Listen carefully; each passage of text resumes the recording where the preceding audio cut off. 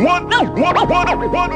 here live at Digging in the Crates Hip Hop Podcast, the Hooker and Mac Show. I'm today's host, Hook, my co-host, McAdoo, who would normally be here, but he lives in Charlotte.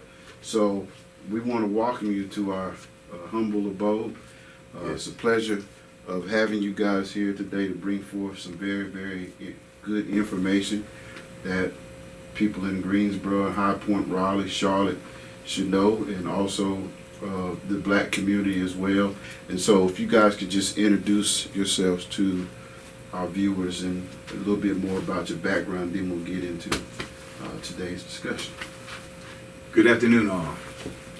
I'm James Adams, president of the High Point branch of the NAACP. It's my pleasure to be here with you this afternoon. A little bit about myself first. Philadelphia native, and I came here 7 years ago, and about 6 years ago I got involved with the NAACP in High Point. I saw that there was a significant amount of work that had to be done relative to social justice in High Point. Today we are embarking upon a project, a need to address reparations in High Point. And the way we look to do that is to help the city form a commission, a reparations commission. Too often when the word reparations is mentioned, immediately we think of cash. That's not necessarily the case. We're asking for a commission to help us all work through the challenges that we will take to address the wrong that has been done. My name is James Mays. I'm a retired academic and practicing attorney. And I am the chair of the Reparations Committee for the High Point NAACP. My name is Dr. Armando Collins. I'm an African American Studies professor at UNCG and a member of the High Point NAACP Reparations Committee. As mentioned, reparations. Oftentimes when I'm teaching in my classes, the topic comes up, the 40 acres and a mule. And I often challenge my students by saying, suppose the government gave you $50,000, what would you do with it? But from you guys' standpoint, what does reparations look like? Because I know you guys are trying to get something across, which I think is very, very important. So why is reparations important? Let's start there. Why is it important for the black community to go about the business of knowing what reparations is? Okay, if I may take a bite at that first. Reparations is an idea that's been around for centuries. And the basis of the idea is that people who have been injured can be made whole for that injury. And so reparations is a concept that is included in international law. Okay. It's in the United States law. And believe it or not, it's also within the law of the state of North Carolina. Now, reparations involves at least 5 core principles. And one of the principles of reparations is restitution. We have that concept in our law locally and in the state, especially in criminal law, where we ask the person who is responsible for the wrong deed to pay some kind of restitution to the victim. Next, reparation also involves some truth-telling. We want the truth about the particular event or events to be acknowledged publicly, and sometimes people will describe this principle as an apology.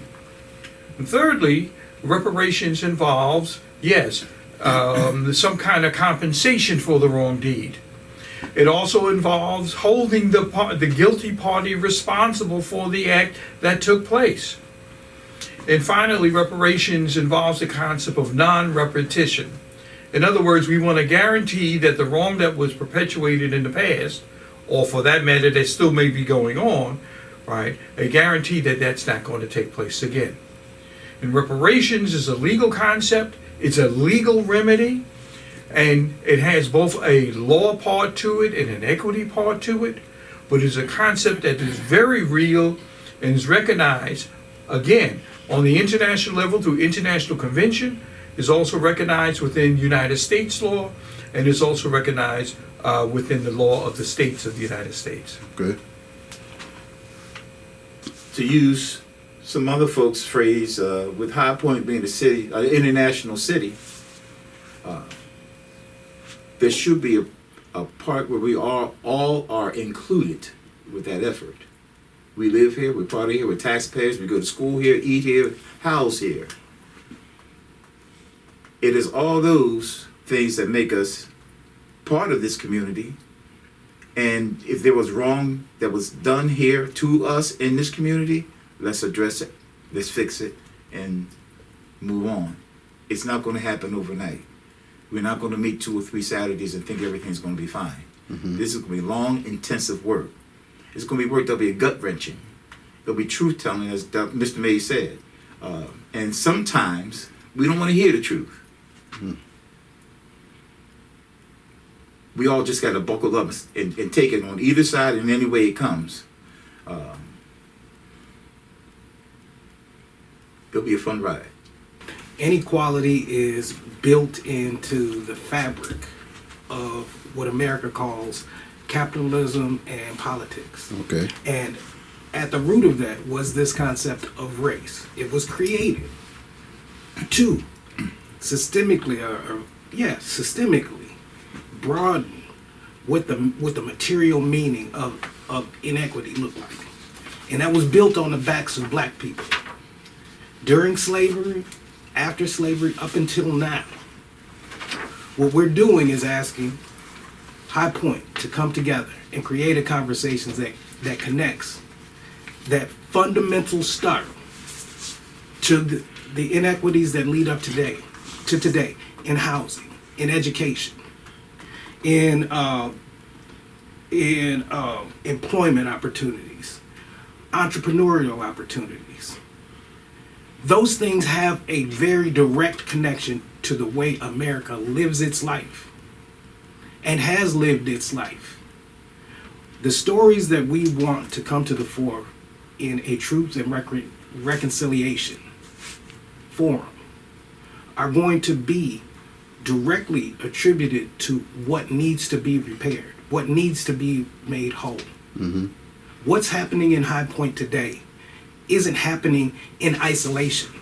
Not in isolation to High Point, not in isolation to North Carolina, not in isolation to the larger American narrative. Mm-hmm. What we're doing is honing in on a conversation that's going to be broad, like President Adams said, it's going to be broad, it's going to be painful, it's going to be hard, it's going to be long. But this has happened for over 400 years. Mm-hmm. And it has everything to do with what citizenship looks like in America. This is a good conversation. So, moving along.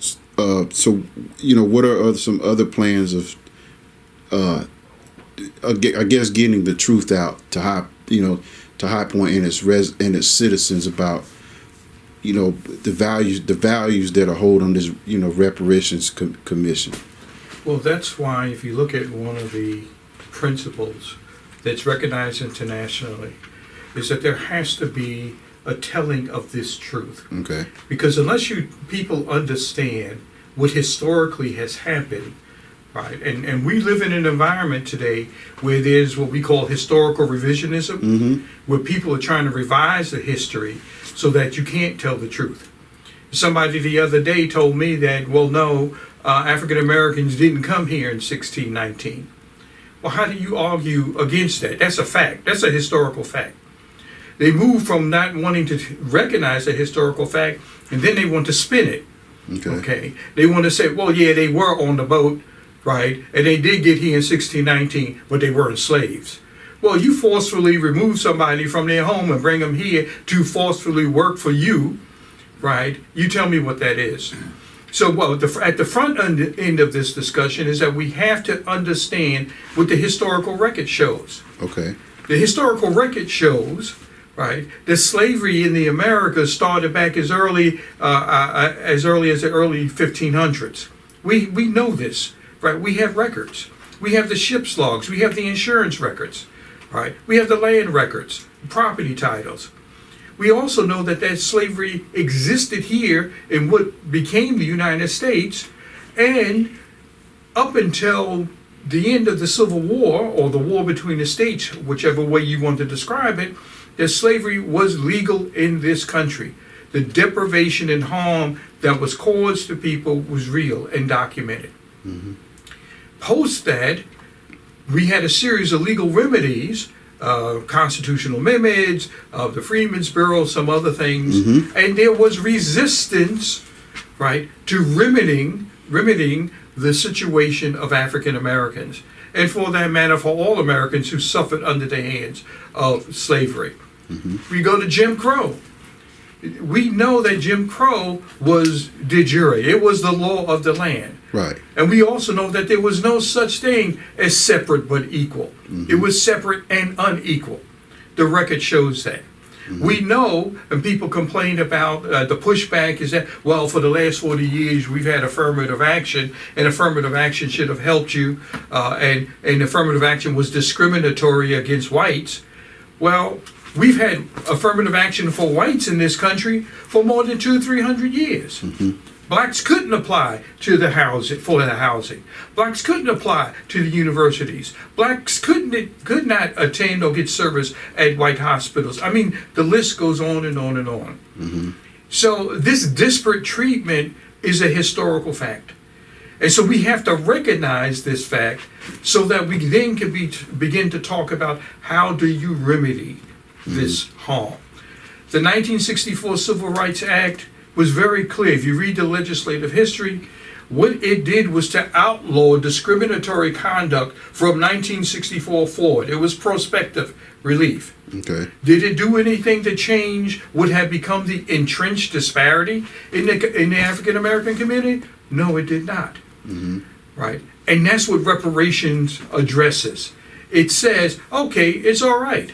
You know, you take the leg irons off of me so I could join the race, but you already have a 2-mile head start. How do we make up for that? Mm-hmm. And so the first part of this conversation is to recognize the harm that has been done. Okay. And there are a lot of people who have their heads in the sand and they don't want to have that discussion.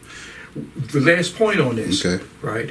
We see the issue with black farmers today, where Congress enacted legislation to aid black farmers, right? A white farmer brought this to court and said, well, that's discrimination. Why should black farmers get something that I'm ineligible for as a white farmer? Mm-hmm. Well, the fact of the matter is because black farmers have been discriminated against in financing. And so to remedy that, you have to target the black farmers. Okay. Right. The same way in criminal law, if you're going to give restitution to the victim, you don't also turn around and say, well, we're going to give restitution to the criminal. Mm-hmm. Right. There's a reason you have to target and be very specific. So we have to have this conversation, and our resolution in High Point says, let's begin the conversation. Let's have a commission to start the talk so we can get through this stuff. Okay, so James Venus, you're the president of the NAACP. What is your goal to bring this to light, as far as what Mayes has said, as far as having an open conversation with the citizens and the people, maybe the High Point City Council. What is your ultimate goal with that? Our immediate goal is this. First, we presented a resolution to the city council to accept, and we're asking for them to establish a Reparations Commission. That ask will be answered on the 20th of September in city council session, Mm-hmm. whether we'll get the establishment of the convention and whether they accept our resolution. The resolution says as much as you can say at this point about our wants, needs, and concerns. Our desire to have the establishment of the commission allows everybody else to have I don't want to say a say, but a participative opportunity to help the city right the wrongs. This is not something to be taken lightly. We had a branch meeting Tuesday night. And if anybody's been around High Point for any number of years, way back in the 50s and 60s, blacks had a movement here in High Point to change the political structure to what we see now as the ward system. Okay. They had a significant impact in bringing that about.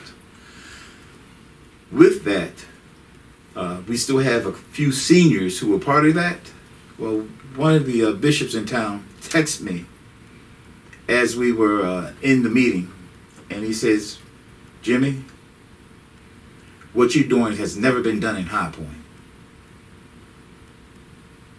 Keep doing it. Don't stop. It has to happen. Now, this man is touching 90 years old, and he's been here in High Point all of his life. To me, that says what we're doing is correct. Where we're going is correct. What has to be done is correct. We cannot take shorts. People want us to do other things, and they've been telling us if we change this, we in. My response is, when you change this, you change my narrative. Too long we've allowed you to change the narrative. I'm not backing down with the branch, and these men here who sitting with me, we are not backing down for requests such as that.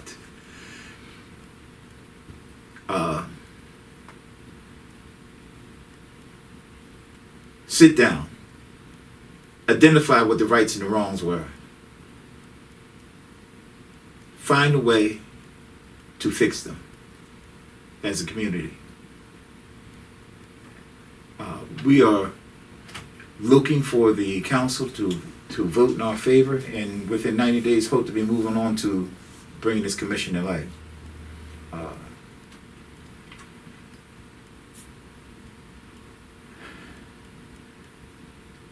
And I just hope it happens, because we were hoping that it happens on a positive level. We know there's the opportunity to go yes and go no. But either way it goes, we're still here and going to make the fight. We want to make the fight with everybody with us, or we're going to, and I hate to use the word fight because it gives a more of an aggressive tone to it, and I don't mean to. But when we speak, we'll say fight. And our fight is to bring reparations to light, to a conversation within our community. And it's open for everybody. What you see happening in Raleigh right now relative to education, stop it. That's reparations. Stop it. It's reparations. Help young folks get home ownership. Reparations. Find ways to feed those families over there on a regular basis. Stop closing supermarkets in our community. Give me the same ability to make business transactions for my business at those local banks and financial institutions. If I'm not doing it right, give me the book so I can learn how to do it. Afford us more educational opportunities.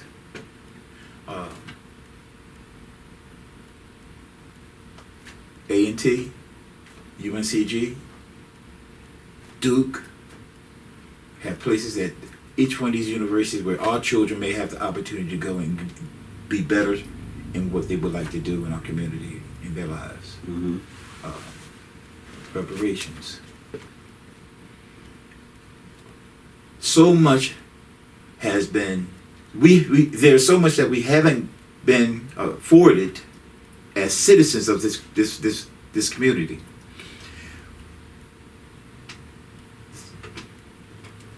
I'm stopped there because, as I stated, we're not going into fight for individual. We're not going and asking to address individual situations. We're asking for a commission to do that. Okay. For us to stand before city council and say, I want this, this, and this, our mission is dissolved right at that point. You and I in this room talking, we can say some things, we have the liberty to say some things. But going outside, I have to be very careful how we preface what we want to do. Mm-hmm. What we like to do is have a commission. And we hope and we pray that we will have a positive output on the 20th of September in City Council. So, do you see that as we wrote it? Do you see it as a big part of your plan is doing this strategically, not just we're gonna sit down and have a shouting match with, that's the folks, High Point City Council, High Points Commission. Do you see it as sitting down and moving at stages, as opposed to just radicalizing this thing and saying we want this tomorrow? I don't see that radicalizing piece, but I do see us sitting down and talking. My biggest fear is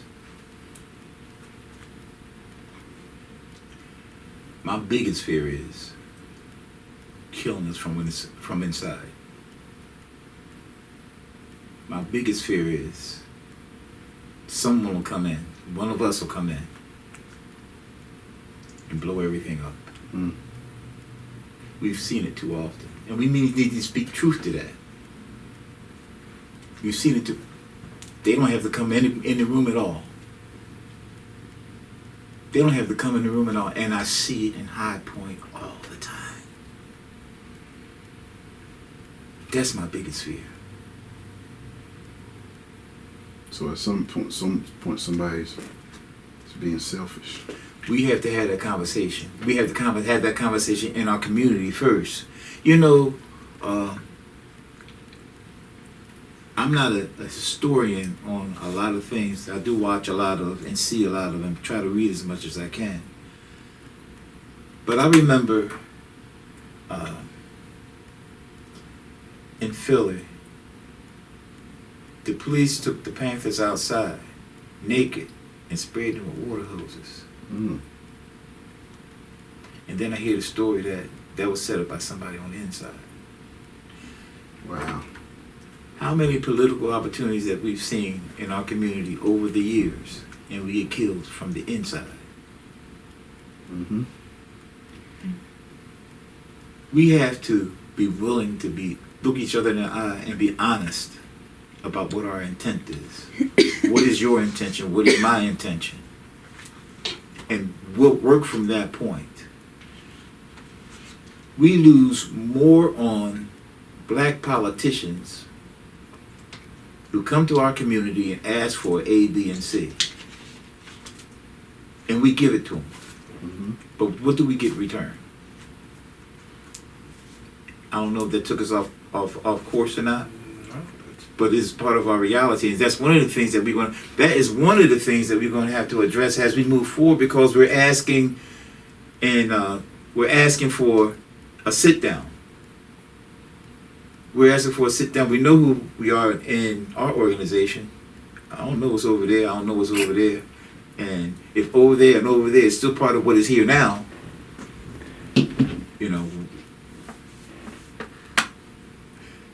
will they be intentional about wanting to get some work done? Mm-hmm. We have seen it as recent as our last municipal election. Cats coming to town, coming to community. We had one guy use our literature to run his campaign. Ain't came back home yet. So as we talk about going to them and having that sit down, strategically, intentionally, we have to have that sit down over here first. I agree. You have to. I think that's the time I said that. You have to have uncomfortable conversations to see where someone is at, and oftentimes in the black community we don't do that. We rather just sit by the side and poke a hole when you can. Mm-hmm. And I don't believe in that, because that's what has been damaging us historically from slavery till now. I mean, you see it here. If you have been watching, you see it here with, the election that's supposed to come up. I mean, you can kind of, gather but again, my thing is I'd rather sit down and look you face to face and say, look, we may be on opposite side of the fence, but what's the common goal here? And oftentimes, people, the people who don't have the hard skin, they shy away from it and go the other direction. So I totally agree with you that we got to knock on the wood first before we start skinning the fat off of it. Sure. And we're trying to be very intentional and strategic about that, but by creating space for those conversations at our town hall meeting, first one being Wednesday, but we're going to have more about this issue and issues concerning us as a community. So we can get to a space that we're prepared to be in front of city officials speaking on, quote unquote, our behalf. Right. We are part of a national movement. Okay. H.R. 40 was passed by Congress. It calls for reparations. Our reparations resolution follows the meaning, intent, and the letter of H.R. 40. There are other communities in North Carolina that are following the lead of H.R. 40. Let's understand, H.R. 40 began more than 40 years ago with members of Congress like John Conyers, Charlie Diggs, etc., that tried to get a measure for reparations passed through. So we are linked by history and by effort to people throughout the country, not just African Americans, but First Nation people and other people who realize that reparations are long overdue. We want you to support us on September 20th. Okay. Support our resolution. Okay, so thank you guys for being on camera. This won't be the last time. I thoroughly enjoyed this. This is, as I call it, front porch conversation, with the grits, eggs, and bacon, and give me some fish too now. Yeah. So thank you for coming today, and hopefully this will get the word out. Thank you, brother. I do Thank appreciate you. your Thanks for opportunity. having us. All right. One,